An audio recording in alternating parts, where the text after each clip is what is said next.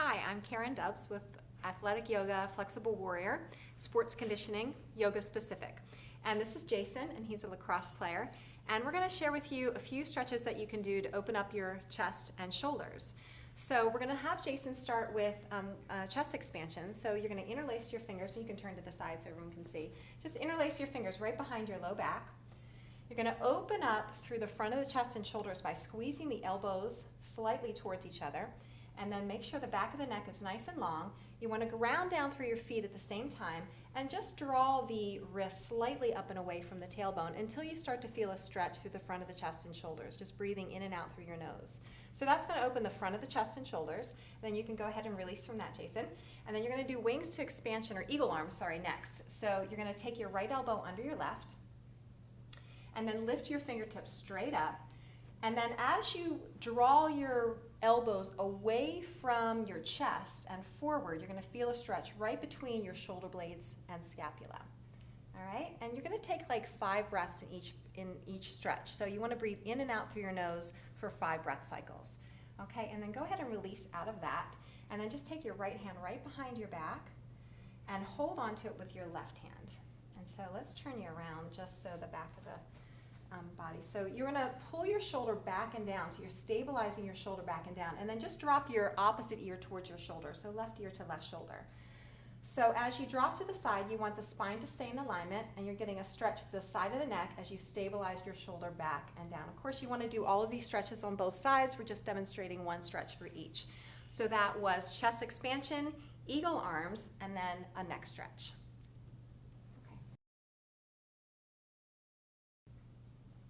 We're going to be working a little bit on breathing. So breathing and maintaining a calm focus is a key element to peak performance. So a lot of times when you practice breathing, it's good to be facing downward and kind of gives you an opportunity to be a little bit more introspective and really focus on your breathing. So the first pose we're going to do is called crocodile's pose. So you're going to come straight down onto your stomach. And you're going to fold your hands right underneath your forehead. So you can relax your shoulders, your face, your neck, and your jaw. Just relax your legs. And so when the breath comes into the belly and to the lowest lobes of the lungs, you want to feel the breath come wide into the rib cage. You take a full inhalation through your nose so that you feel the top of your breath. And then when you exhale, you breathe out for the same amount of the time until you feel the very bottom of the exhalation and a pause there as well. So the breath again is in through the nose, wide to the ribs, feeling a full expansion through the breath. And you'll feel it as you're facing downward kind of expand into the belly and into the mat. And just practice this for a good minute or two, and it's going to really send a calming message through the central nervous system from your mind into your body. And the breathing is really a key component to all of your yoga practice, and it really applies then when you're on your yoga mat, and then can be applied to your game days and to your training sessions as well. Okay, so this is crocodile pose. We're actually going to practice child's pose next as well. So you, Jason, slide your hands right underneath your shoulders and shift your hips back towards your heels into child's pose. So again, a great opportunity just to practice breathing and stillness and recovery. So this is child's pose. And then the last pose is hero's pose. So you're going to keep your hips back onto your heels, but just stack the vertebrae and come up to a seated position. So go ahead and shift all the way back. And you can just place your hands onto your thighs. And think of mountain pose again. So you have alignment from the ears to the shoulders to the hips and heels. You're probably going to feel a good stretch for the tops of the feet and the ankles as well. And you just want to gently pull the belly in and drop the tailbone down so the spine stays in alignment. If you're comfortable, you can close your eyes. It gives you an opportunity to kind of focus inwardly while you're practicing your breathing. So that's what we call in yoga pranayama, or breathing.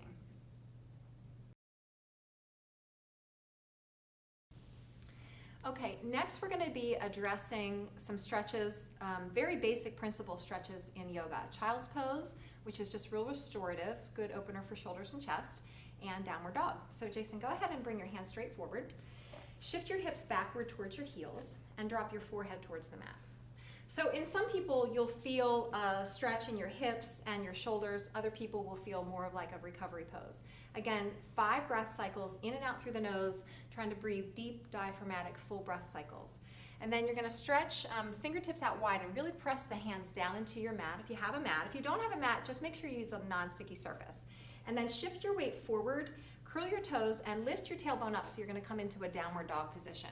So in downward dog, this is shoulders, it's back, it's hamstrings. And hamstrings are typically very tight on a lot of athletes. So what you want to do is bend your knees in towards your chest a little bit so you can shift your weight back and lift your tailbone up, okay, so that your spine is a little bit more straight. Again, 5 breath cycles would be great. Then you can go ahead and release back out of that and sit back into child's pose. So if you transition and do a couple repetitions of this, it's a great practice. So maybe do this 3 times. So go ahead and let's do downward dog one more time. So shift forward, plant through your palms so fingertips are stretched out, curl your toes, lift your tailbone, and just as a variation for downward dog, just to try, good calf stretch, bend one knee and sink the opposite heel down. So yeah, just sink down. And you can take this foot and just wrap behind your ankle, and that really allows you to drop down and get a good stretch through the Achilles and the calf. All right, that's child's pose and downward dog.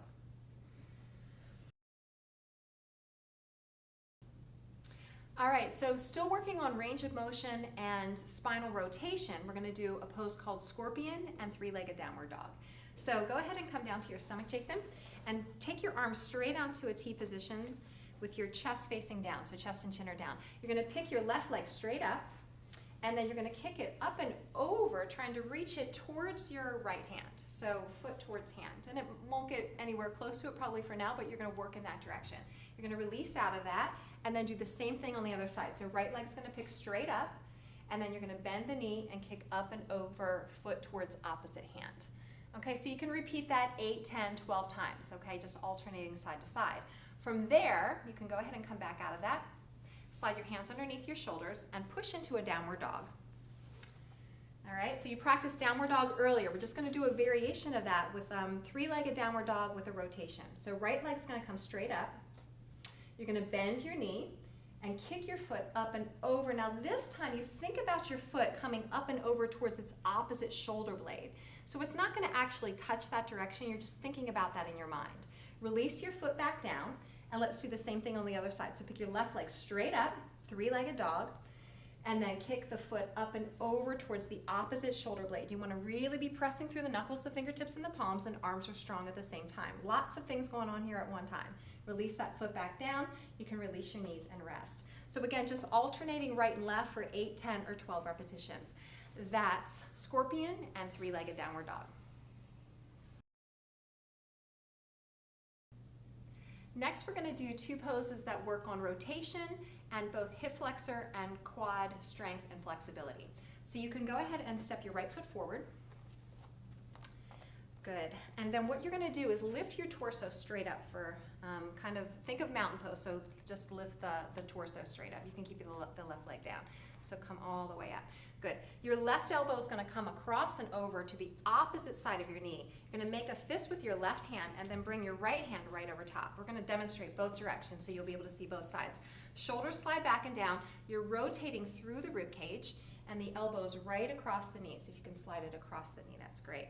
If you're feeling okay, you want to work a little bit of a balance component to this. You curl your back toes under and then squeeze your back leg up and straighten it. So go ahead and straighten that back leg. Good. You want to engage the core muscles, focus your eyes on a spot, and slide the shoulders back and down. Good. Go ahead and release out of that, and let's try it on the other side. So hands can come down. Just switch legs. So step your left foot forward, so you can see both sides. We'll start with the back knee on the floor first. So you can lift your chest up first, and then take your right elbow up and over and across your knee. So you feel that stretch behind the shoulder blade.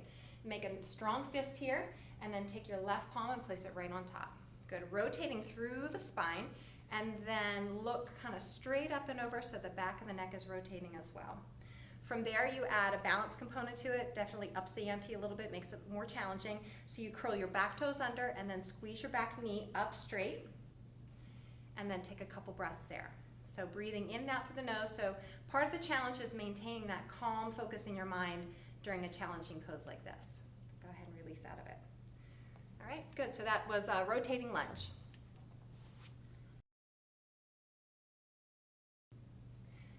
The next series of stretches we're going to do are 2 great stretches for tight hamstrings. So Jason, go ahead and step your right foot to the front edge of your mat right between your hands. And then you're just going to shift your weight backwards. So you're going to straighten your front knee, so release your back knee, and then shift your weight back towards your left knee, so you're straightening your right leg. So for some people, your leg will be all the way straight, fine. For most people who are athletes, hamstrings are tight. So you're just going to go to the place where you feel a stretch in the muscle group, not the knee, not the hip, but mostly the belly of the muscle. You're going to take 5 breath cycles, and then we're going to do a pose called straddle stretch. So from here, you can go ahead and shift your weight forward.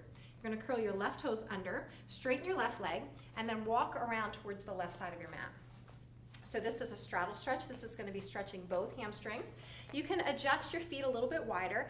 Hands are right underneath your shoulders, and then you're going to relax your head and your neck down, straightening your legs just to the place. Again, keeping a bend in the knee is a great modification to do when the hamstrings are tight. The hamstrings start to open up, then you can start to straighten the legs more and more. All right, go ahead and shift towards your left foot now and release your right knee down to the mat. So we're just going to practice this on the other side. Hands on either side of your left foot, and then shift your weight backwards towards your foot. And just watch that this ankle isn't sickling in. Yep. And then again, 5 breaths in each, getting a good stretch through the back of the left hamstring. And then you can repeat and do straddle stretch. Again, if you repeat any of these stretches 2 to 3 times, you'll get a little bit more benefit out of it. So that's runner stretch and straddle stretch.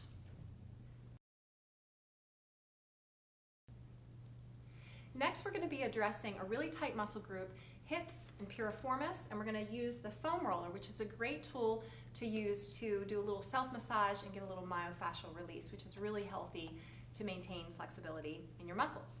So Jason's going to go ahead and bring the ankle. If you have a foam roller, a high-density foam roller is a great tool to use for really strong muscles. If you drop towards your bent knee or towards the leg that's crossed over, and then you kind of roll forward and back, as you expose and open up that hip joint, it allows you to get to the piriformis and into pretty deep tissues into the hip joint.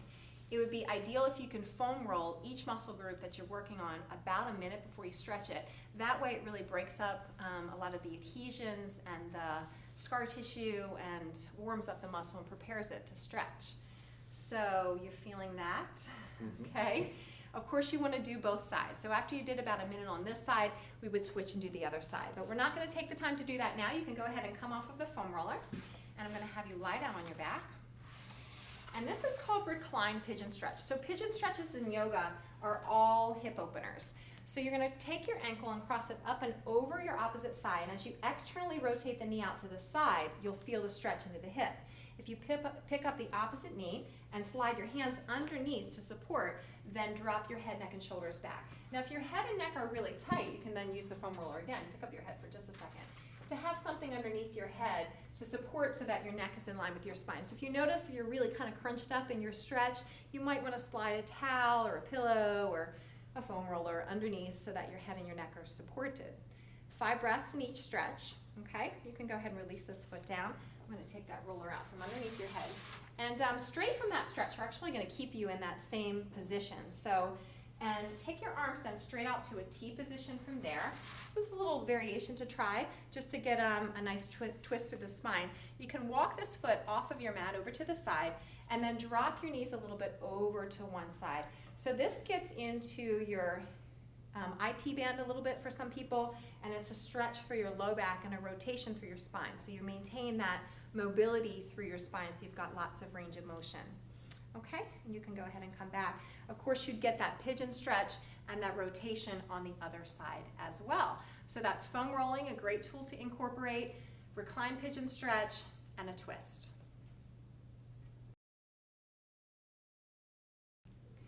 All right, so the next series we're going to be working on, we're going to be focusing on hamstrings and hip flexors. So Jason, go ahead and bend up your knees.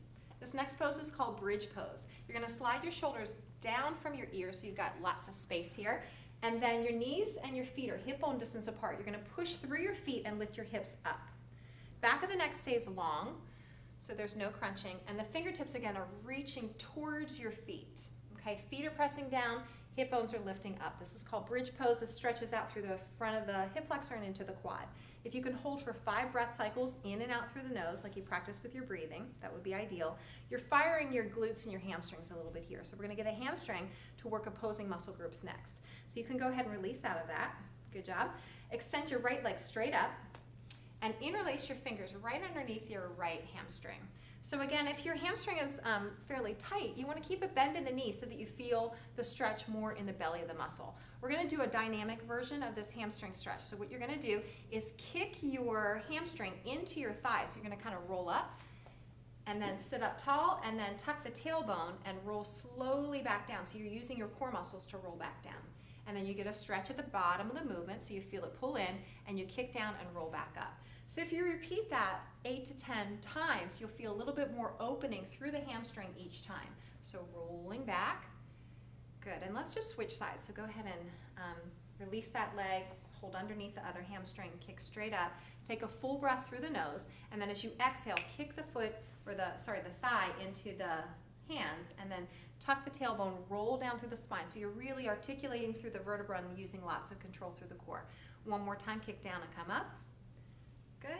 And then roll back down, and at the bottom of the movement is when you feel the stretch right there. And you can release the knees, hands down by your side, and you'd come back into bridge pose for a second and then possibly a third set. That's bridge pose and a hamstring stretch. The next series of poses addresses groin and inner thigh. So we're going to start in a stretch called butterfly stretch. The more that you scoot your feet towards the groin or towards the tailbone, the more intense the stretch will feel. So if you want to modify the stretch and make it a little bit more gentle, you don't want to feel it so much, you address and draw the feet further away from you. So either way is all good. If you use the energy from the arms to gently press into the creases of the knees and fold slightly forward, you're going to feel a little bit more intensity with your stretch. Again, at least 5 breath cycles, and don't rush your breathing. It's a long, slow, deep, full inhalation, breathing in through the nose, and then a long, slow, deep exhalation on the way out. Okay, so that's butterfly. From there, you're going to come ahead and come up to standing. And we're going to do 2 more poses. One's called Warrior 2, so you can turn to face this way. Take a really wide step with your feet, and then you're going to turn your right toes out, and your left toes are going to be slightly pivoted in. So turn in. Bring your hands to your chest for just a second in heart center, and then bend your right knee straight forward. It's important that the right knee track right out over the middle toe. So as you do that, you're going to feel a stretch of the groin. Take the arms up and out, straight out from the shoulders, and then bring your focus right out over your right middle finger. So this is called Warrior 2. It's a strength pose for the quad, but you're also opening up through the inner thigh and groin. Tailbone's dropping towards the ground, chest is lifting towards the sky. Let's switch and do that same pose on the other side. So bring your hands back to center. Turn your left toes away from you, so your left toes are pointing to the short edge of the mat. Right heel's pivoted slightly away, so the toes are in. And then bend your left knee. Good, and the left knee's tracking right out over the left middle toe. Arms are reaching straight from the shoulder, so you're rolling the chest open. Good, there's energy shooting out through the fingertips. The tailbone is dropping down, so you feel a groin inner thigh stretch as you roll the left knee over towards the left pinky toe. And then go ahead and come back up to center and bring your hands to heart center. So that was butterfly stretch and Warrior 2.